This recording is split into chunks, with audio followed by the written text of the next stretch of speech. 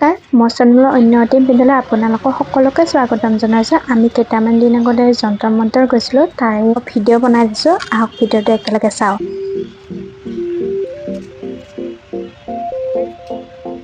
হৈছে যন্তৰ মন্তৰ, য'ত ৰজা জয়সিঙে 1724 চনত বনাইছিলে। ইয়াত সৰু সৰু এনেকুৱা খটখটি আছিলে ওপৰত উঠি যাবৰ কাৰণে, আৰু সৰু সৰু এনেকুৱাকে গেট আছিলে।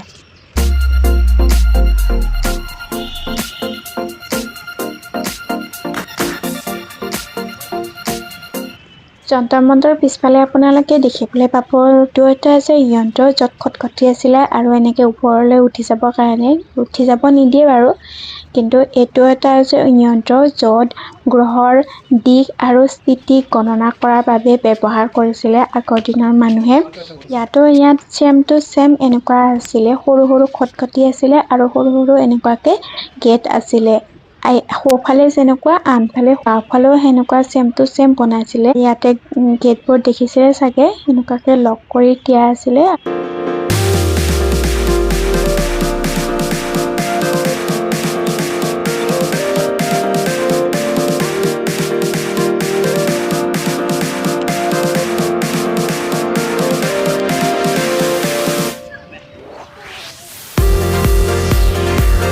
যন্ত্ৰৰ পৰা আপোনালোকে ওলাই মেলি আন এটা যন্ত্ৰ দেখিব, য'ত দিন গণনা কৰা হৈছিলে। ইয়াত আগৰ দিনৰ মানুহে ঠিক এনেকুৱাকে সৰু সৰু খটখটি আছিলে, তাত ভিতৰতে সোমাই যাবৰ কাৰণে সোমাব নিদিয়ে বাৰু, কিন্তু এনেকুৱাকে খটখটি আছিলে, এনেকৈ সৰু সৰু গেট আছিলে, য'ত আপোনালোকে দেখিবলৈ পাব, য'ত আগৰ দিনৰ মানুহে দিন গণনা আৰু গ্ৰহৰ স্থিতিসমূহ গণনা কৰাৰ কাৰণে এইটো বনাইছিলে। এইটো চাবলৈ সঁচাকৈ বহুত ধুনীয়া আছিলে। আপোনালোকে গ'লে নিশ্চয় চাব। এনেকুৱা ঘৰ দুটা আছিলে, এইটো প্ৰথম, নেক্সটটো এইটো ছেম টু ছেম সেনেকুৱাকৈ বনাইছিলে।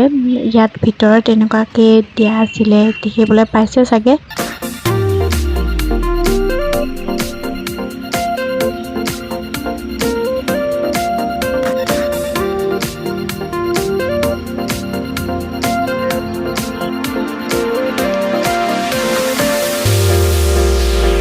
অকণমান দূৰৰ পৰা ধুনীয়াকৈ আপোনালোকক দেখাই দিছোঁ। ই এটা বহুত ডাঙৰ এৰিয়া হয় যন্তৰ মন্তৰ। ইয়াত আপোনালোকে দিল্লীত আহিলে নিশ্চয় যন্তৰ মন্তৰ চাব। আশা কৰিলোঁ মোৰ ভিডিঅ'টো আপোনালোকৰ ভাল লাগিলে। নিশ্চয় এটা লাইক কৰি দিব। আজিলৈ আহিলোঁ, নমস্কাৰ।